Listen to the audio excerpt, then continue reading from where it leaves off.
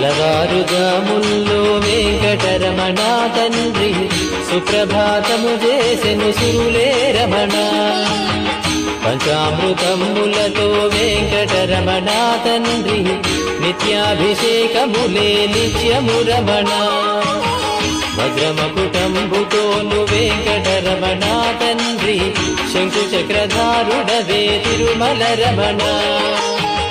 మూడు నామాలతోను వెంకటరమణ తండ్రి ముల్లోకములు ఏడడి మూర్తి విరమణ